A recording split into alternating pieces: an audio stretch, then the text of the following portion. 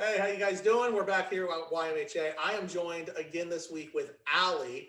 For those of you who have been following along, Allie had attended her brother's wedding a few weeks back. She talked about us in our most recent episode about her wedding and the planning for her wedding that's going into that, and some of the stress uh, and, for lack of a better word, the grief and the heat that she's been taking from other people.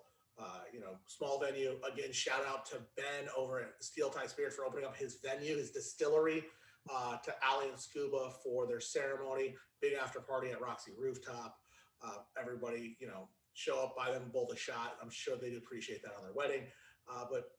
Again, Steel Tie Spirits, if you guys haven't checked it out, it's just past Grandview. Check them out. Great rum, great vodka, phenomenal people there. So check them out. So, Ben, again, from all of us here, thank you for helping out some good friends, Allie and Scuba. That all said, Allie, you're back. You're going to share with us some of your thoughts and tips, tricks, best practices, whatever you want to call it, for what you've done to kind of minimize, not reduce or eliminate, but to minimize the stressful moments when you can. What do you got for us? What do you want to share with us tonight? So I'm kind of gonna just like diarrhea of the mouth with all of these tips because there's a lot, but there's not a lot. Right. So for me, there would be people, my fiance included, who would say why are you already worrying about plans for your wedding? You're not even engaged yet. Right. I had my wedding pretty much planned, or an idea of what I liked and what I didn't like, way before I got engaged. And it wasn't because I was like, nope, I'm planning my wedding and I don't care who my groom's going to be, or I'm planning a wedding so that I'm ready, or he's going to propose, I'm going to do it now. It was more of I made Pinterest pages and I looked at what do I like, what don't I like? Do I like more of an industrial setting for a venue, or do I want more of a garden setting? Do I want a beach wedding? Do I want a rustic wedding? So I was but basically was planning a wedding prior to getting engaged. Okay. I mean, eventually I was going to marry Scuba one way or another, and he didn't really have a choice. For those of you who just heard that, side note, and a disclaimer, we do not condone here what Allie just said, how he had no choice in that matter, because you made it sound like kidnapping. We don't condone that. That being said, go ahead and continue. But I did, there were some things where I joined a wedding group here and there once our relationship got to the point where we had talked about getting engaged and stuff. And he sent me ring shopping to get an idea of what I wanted. My sister finagled that one, oh, we're right here. Let's so I kind of had an idea. So I joined a wedding group or two to kind of just very silently scroll through and get an idea of, what's the average cost of things, And then once we did get engaged, I priced out everything. What do chairs and tables run? What's the average catering costs? What's the price range for dresses that I like? Little things like this, and things that we could kind of put together, because is it going to cost us $10,000? Is it going to cost us $30,000? We kind of wanted to know before we picked a date, where are we going to be able to budget ourselves? And, I decided a wedding is a party, and it's really, honestly, your reception is, yes, it's for you, but it's also for your guests. So at the end of the day, you can break the bank twice over throwing this party, and it's really not necessary. So we kept our budget incredibly small. I said to him, I was like, $6,000. I won't spend a dime over that. And we are currently way under budget. Good. Doing a lot of stuff myself. I mean, I do have the luxury of owning a handcrafted business. Right. So I can make a lot of the things. I do a little bit of digital design work too. So invitations and things like that, I can make too. So, that does help with stuff. Checklists. We talked about checklists briefly when we were in our first video that we did, where we talked about my brother's wedding and packing. Yes. And I'm a checklist person. It works for me. I have terrible, so I don't remember things short term. So for me, my lifesaver has been my wedding planning book. My mom bought it for me when I got engaged, and it's amazing. it says my wedding shit on it. Yes. So for those of you who don't know, she had that all up on Facebook, her and Scuba, talking about the second they got it. So, you know, it was kind of funny that I saw that. It's amazing. Like, this book is incredible. Like, I can write out my full guest list, and I mean, granted, I have my guest list and addresses saved on the computer, so it's easy for generating, you know, address labels. Sure. But I have a guest list. I have all of my vendors in here. It's amazing. I also have an app called the Wedding Wire. Where we plugged in our budget and it breaks it down. So, you know, my DJ is going to cost X amount of dollars. My videographer is this much. My photographer is this much. So I can move money around and say, okay, well, you know what? I did my flowers in this, so it only cost me 250 instead of 300. So now I got an extra $50 that I can dump into maybe my bartender pay. So, and the cool thing with that app is, and it's out of all of the apps like the Knot and all of the other wedding planning apps, my favorite about this one is I can add people to my profile. So I have 8 incredible bridesmaids, one of them being my sister, who is actually my maid of honor. They're all wonderful. They all play their own roles in planning this extravagant shit show. Pardon my French. My business partner, Chelsea, with her and I working in the wedding industry, she's just the wedding guru. She's incredible. If you need hair and makeup, I highly recommend using her, Chelsea Tomsick, Blonde and Blush on Instagram. I will tag her and all of my vendors in the comments on this post. Little plug. But Chelsea's amazing. So I was able to add Chelsea to my app so she could be like, hey, I did this and this for you, and knock it off my checklist. Nice. And it's great because it breaks it down like, okay, it's this month or it's this date. You should have X, Y, and Z done. Okay. That helped me. Keep in mind though, too, like, it's a party. It's not the end of the world. Absolutely. It's, you know, like, at the end of the day, the most important thing is that you and your significant other make it there at the altar and before your family and God or whatever religion you believe in, or none if you don't, whatever it is, like, that's a moment of union for you and your spouse. And, you know, nothing's going to go right. Something will go wrong. You know, and at the end of the day, don't stress about what everybody's going to think, you know, like some people want this crazy, ridiculous wedding and some people want tiny little, you know, intimate weddings, you know, there's no thing is right or wrong. My brother got married this past weekend and had a wedding with just the 12 of us immediate family. And I'm having a very large wedding. So, you know, it's not like one is better than the other. One is not more fun than the other. Just make your wedding you. It should be a reflection of you and your spouse and your relationship. And, you know, our whole wedding, everything, we have so much fun things and surprises in store for everybody. And we just want it to be like the best night that everybody's ever had. And that's what it's about. It's about enjoying that union with your family, with friends, with your spouse, having a time, making memories, you know, like, don't stress about it, you know. And there's like also like, don't like humble yourself with it. There are so many brides that I've seen like, oh my God, I won't wear a secondhand dress. Oh, superstitions. Listen, there's some superstitions. I'm there with you, but like, I don't think there's anything wrong with purchasing a secondhand dress if that's what you choose, you know. And I mean, who knows, maybe when I'm done with my dress, I might sell it because it was expensive. Well, and you only wear it the one time, you know. That, or every anniversary for the rest of our lives, I'm going to squeeze my ass into that dress and drink a bottle of on my couch. I don't know.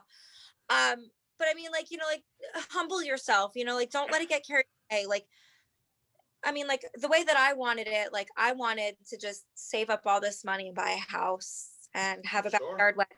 And Scuba is such a hopeless romantic. It's amazing. He really is. But he is for sure the girl in the relationship sometimes, and I'm the guy.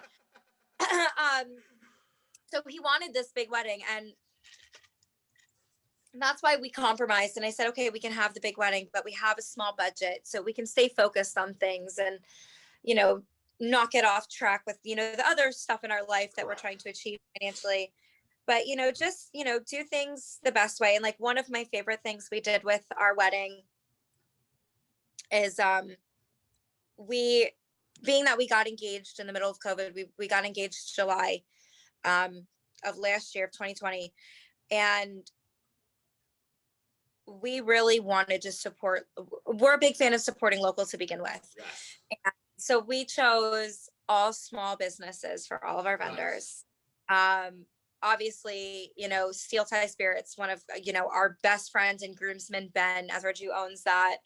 Our photographer, Kaylee, who's, was a good friend of my bridesmaid, Chelsea, and I saw her work, like everything from our videographer, our suit, the place where we're purchasing our suits from, small business, like we just, we wanted to make sure that if we were going to spend all of this money, it was going to go back to as good of a cause as we can. And like, so sure. I'm not supporting some giant CEO's packet at Men's Warehouse. I'm putting somebody's kid through, soccer or whatever, right. So like yourself a little bit in whatever way you want to do it. Like if you want to spend the bougie money, like by all means, go ahead, do your thing. But like, whatever it is, like be humble about it, keep it, like, don't be a bridezilla, don't be a groomzilla, like keep in mind, like, like you have to be a decent human being still with all of this, like I've seen brides in my industry, where they're just terrors and stuff. And like, listen, we all have our bridezilla moments. Sure. But, like just be calm, be good, be kind. I'm trying to be very conscientious of the spending that I'm making our bridal party spend. It's a lot of money, and like both of our, my parents as well as his parents, have, totally unexpectedly gifted us with, some stuff to help out with our wedding, which we are so beyond blessed and thankful for. But we just, I can't see making my bridesmaids spend $300 on a wedding dress when all my bridesmaids are, in the industry in some sort of a way, or style, and were affected from COVID. And so we tried to keep things really great and low key. I got my bridesmaids dresses from Azazi, another plug. If you're planning a wedding, I highly recommend them because they have over 500 dresses, 20 million different colors, so you can find something that's for you. So like my girls are all different sizes, so one dress was not gonna work, so they pick whatever dress they're comfortable in. I gave them 3 different color choices. So, I've got my sister, one color, and then the other girl split between 2 others. So, that's another really good tip, and saving money for, your friends and stuff. And some COVID tips, because obviously COVID is still, really big thing. And, one thing I gotta say to like the brides, some of these groups, these girls are brutal, like there's a girl that was asking just about like how's Nashville for a bachelorette, never said when she was going, and everybody's going off like, how selfish she is and she should be ashamed of herself and she's part of the problem that this pandemic is continuing to spread. And I have had those same comments directed at me. And like the one thing that I can tell everybody is like, life goes on. Correct. And I'm not taking away from COVID whatsoever. My cousin actually passed away on Thursday. No, I'm sorry, Friday, from complications of COVID. So I, of all people, I've lost friends to COVID. I've now lost family due to COVID. So I, appreciate the, the importance of all of these restrictions. But, at the same time, you have to personally outweigh your risk. And where's the quality of life lay for you? Because what's good for you may not be good for the next person. And we chose to make the decision to move forward with a large wedding. And, we're getting married, in May of 2021, this year coming up with 114 days. Not that you're counting. I'm not counting at all. No, not at all. So we chose to go through with it. And yeah, we're still in the middle of a pandemic. And, my elderly grandfather, who, knock on wood, will have a COVID vaccine by then, will be in attendance. And myself, who is immunocompromised, will be there. And I, I'm not making any one particular person choose to wear a mask or do whatever. I will have a mask station where I have masks, for everybody. I will have hand sanitizer everywhere. I will, I've even gone to where like my sister and I were tossing up, like having like colored wristbands, like if you're okay for people to come up or if you want people to stay away and then people to not approach at all, like we're trying to take all of that into account and do everything that we can to have a safe venue for our guests and make sure that the interactions are safe as well. And don't just try to be mindful, like don't push, at the end of the day, what do they say? My body, my choice. This is the same way. Like, oh, you be patient and understanding with people. I'm 33. My fiance is going to be 40 this year. Like, we're ready for babies and stuff. So, like, for us, like, it was not something we were going to wait a year for. We really, not to knock anybody having kids before marriage. We just wanted to be married first. And, Sure. so people, just don't, like, mind your own business. You know what I mean? And, be kind to, your brides and grooms that, because Correct. it's stressful. And, and also, like, try to be, understanding and people planning a wedding, like, let it roll off your shoulder, man. Like, you can't make everybody happy, and Correct. you can't appease everybody. So Right. do your thing, wear your fucking sneakers under your wedding dress. I don't really care. Do your thing, boo. Have your pink hair, whatever. Just have it the way that you want. And Correct. don't be afraid to stand up for yourself, but also don't be afraid to, be kind to people. And thank you so much for, giving me the advice and the tip. I'm going to, take that tip into, consideration, and then do what you want to do later on, and Exactly. the less you tell people, the better it is. Sure. So I Nobody. have a question. I have a question for you. Okay. You are a hairstylist. You have your Yeah. salon in Delray. Mm-hmm. I know we've talked about you guys for whatever reason. Delray still has you guys in phase one. Don't understand that when the whole state's moved into phase three. Couldn't tell you. Whatever it is, what it is, and Way to it's go. outside of. Look, that's above our pay grade. So you are a stylist. You're getting married in May. Mm-hmm. Prom season, wedding season. Prom season's around the corner. Literally within the next 6 to 8 weeks here. Prom season. Yeah. Wedding season is rolling in fast. Oh, right? Wedding season is like full effect, ready to go. We are getting booking left and right. So how are you dealing right now as a stylist, professionally, in your professional career, your professional life as a stylist, knowing that you're getting married in May? 114 days, if you want to be exact, because Allie's not counting, guys. Just let's remember that. But two, knowing that proms. Look, you're a stylist. These high school girls, we know they're going to be looking for that stylist. They got to get their hair done. They got to get makeup. How are you taking that? Like, what is going through your mind, if anything? It may not be anything. You may just be like, oh, it's another day in the office. But you're also planning your wedding and getting prepared for that day that you say I do to scuba in 114 days. How are you coping knowing that, oh my gosh, we're about to get super slammed at the salon? What's going on? Are you like kind of freaking out inside and just like really good at hiding it? What's going on?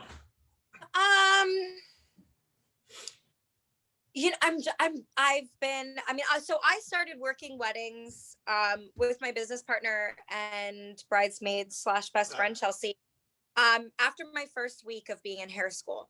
So I've been doing weddings from the very, very, very beginning, even before the beginning of my career.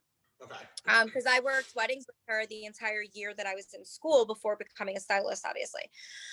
So I think I'm just very used to it. I'm very organized. Okay. So I, like I stay on top of my bride. So I'm organized with my own weddings. For me to miss a weekend in the middle of wedding season it stings a little bit because sure. I'm a hustler. I hate giving up money. But it's stressful because I hate saying no to any client, especially a bride. So to turn away people because I'm sorry, like it's my own wedding or it's my bachelorette weekend or my bridal shower weekend, like that's really tough. And that stresses me out because I know what it's like to have to book your own hair and makeup. I had to do it myself and book a company to do all of our hair and makeup for the wedding. So, I know how tough that is. And it's, and I tend to be a little bit, whether you believe it or not, I consider myself like I'm an empath. Like I can pick up on people's emotions and I absorb what somebody's feeling. So, being around these brides, it's stressful. You pick up on their stress, and you're going back and forth and you're not just accommodating a bride, you're accommodating the bride's mother, the bride's mother-in-law, the bride's sister, her aunt, her best friend, whoever else is there that day. And that's a lot. And to tie all of that stress in and then to sit and go home and then have to think about your own wedding, like it's a challenge. There have been days where I've been like way behind schedule on planning my own wedding and getting tasks done that are time sensitive because I'm just like, I'm checking out and done. I can't handle another wedding Sure. conversation. So we do the best we can to try to really differentiate work and personal, so that way the wedding stress from work doesn't overflow into my own wedding. And I mean, like I said, I'm very lucky. I have an incredible, involved fiance who literally is my saving grace. Like, I would not be able to do anything without him. He makes my work life so much easier. And, he's so cute. Sidebar, this weekend when I was doing my sister-in-law's makeup, and, my sister and, her mother and my mom, I had my full case. Like I did, like I signed up like I would for like a working wedding, because I Right. was working a wedding. And my fiance walked into my brother's suite after the wedding when we went to go pack everything up that night. And he's like, this is your setup. This is what you unpacked. And I'm like, well, yeah, you helped me carry my bag in here. And he's like, I always see you leave with your bag, and I see you come home with your bag, and I help carry your bag, but I never see it all opened up and all of your stuff. He goes, this is insane. Like, you have an airbrush machine, you have this, and the whole time. And I'm like, yeah, it's pretty cool. There's a lot of stuff that I still need, and better bags. And this man is like ready to like buy me this $500 Zuka bag just to make my packing easier. Like, so I am very lucky to have an incredible, blessed man who is trying to spend way too much money that I won't allow him to spend. But so I have a great support system. And, if you're listening and you have somebody that is getting married, or you're dating somebody or married to somebody who is a working, wedding industry person, like, be supportive of them, like, even if it's just emotionally, like, being patient with us. Like, there's a lot of stress with weddings, and especially if you're a people pleaser like me, like, I don't know how to know, and that's so terrible. So, it's definitely one of those things where patience, man. And, just I've learned a lot about myself, and I've had to teach myself a lot of like anger management and stress management, and, just processing things so different so that I can keep organized with my wedding. Because the amount of times that we're done, cancel the wedding, call it off, we're done, that's not happening, we're going to the courthouse. Like, it's happened countless times. And it took some trial and error to really figure it out. And unfortunately, I don't get a do-over, because I'm only getting married this one time. Like, that's it. Like, we're not, well, Right. my second marriage, whatever. But I mean, like, I'm not doing this again, you know what I mean? Like, so it's right. You're done.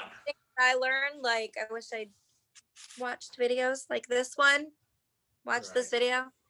But it's been a challenge. It's been a lot of balance and patience, but I think I've figured it out now, finally. All right. Well, and look, anybody who watches this, if you have some thoughts on how Allie can maybe unwind a little bit more and reduce that stress level even further, send us a message. We'll get it to her. But I think that you've hit it. And you said it multiple times and throughout different videos we've done, is you got to learn, right? And it's hard, it's easier said than done. We got to learn to take a breath, step back, and understand that something's going to go wrong. It's inevitable. Something, whatever it is, whatever you're planning a party, whether you're planning a wedding, whether it's your everyday life, something inevitably, and I say goes wrong. It's not going to necessarily always be drastic, right? We know that. But something is not going to go your way and you're going to get upset. We have to learn how to cope with that, manage that, and say, all right, it's not the end of the world. Take a breath, step back, and then continue to move forward. So the fact that you're doing that, and I know you're a people pleaser, and taking time off during the heart of wedding season, prom season, it's hard for you. I get it. But I'm happy that you shared that with us. So if there's any takeaway from it that I took, at least, and everybody should take this. I think it's the same. It's understand that this is about you and your day and your celebration, not anybody else's. Take people's feelings into consideration, be kind, but remember, this isn't for them. This is for you. So on that note, we're looking forward to it. Hopefully we can get Scuba on here before the wedding with you. I said, we'll pick maybe a Sunday in the next weeks, and we'll definitely, maybe like in 3 weeks from now or something like that. Well, what we could do, and this is we're going to throw this out there. I know you and I talked about that. I was texting Scuba, messing around with him. Hey, we're coming over to your place for Super Bowl Sunday. So we could just do that. We'll set it up and we'll do a stream, and then all right, great, Donnie, go cook for us. Well, Donnie, I've heard stories about Donnie's cooking. I've heard that's great. I've also heard steaks. So I could Donnie, but I mean, he's a good backup. Yeah, I mean, look, I don't like my steak well done. I don't want a hockey puck. That's just me. I don't know. That said, I want to get Scuba on. I know, you want to get him on. I want to get his perspective. It'd be nice to hear. On that note, so everybody kind of coming up, give you a little forecast. We are going to be talking about autism. I actually got that from a really good friend of mine. We recently, about a year and a half ago, we traveled together to one of our best friends' weddings, oddly enough, out clear across country, well before COVID, to Seattle. And so his name's Aaron. We call him Potter. He looks like Harry Potter if you ever see him. But I'd asked him, what do you want to hear about? What would you like us to break down? And at least get our perspective of how we perceive things, and we'll do a little research and see. And he said autism. Let's talk about the spectrum. So I know we're waiting for Amy to get back. She is traveling right now. So, best wishes for a safe travels to her. But I want to make sure that, we touch on some things. Because look, autism is a big thing. It affects everybody. It doesn't just affect the person. It affects the people around. So I think it's going to be good that we talk about that, break it down a little bit more. Some things that I've done dealing with, being friends with people that are autistic, knowing people that are autistic, whatever you want to call it, but understanding not saying change your personality, but what I've done personally to make sure that they feel included, they know that we understand what's going on, and that most importantly, I think we all agree, they are a person. They're just like you and me. We wake up in the morning, we put our pants on one leg at a time. That being said, if you can put your pants on both legs at a time without falling over, please send those tips over to us. Let us know. We'd love to know how you're doing it. You and I have enough problem balancing on 2 feet. Although I am going to go try now. I know, it's going to be interesting. Well, let me know how it works out. Let me know how many bones you break. So, yeah, you didn't think of that. You got a wedding coming up in 114 I'm going to lay down pillows. I'm going to lay pillows down on the ground. I'm going to make it padded. If you get this done, we want you to record this, and we'll release that to show everybody how bruised you're going to get. Guys, thank you for tuning in. Allie, thanks for sharing all of your stuff. And we look forward to getting back and getting everybody here. Guys, have a wonderful evening. We'll talk again soon. Take care.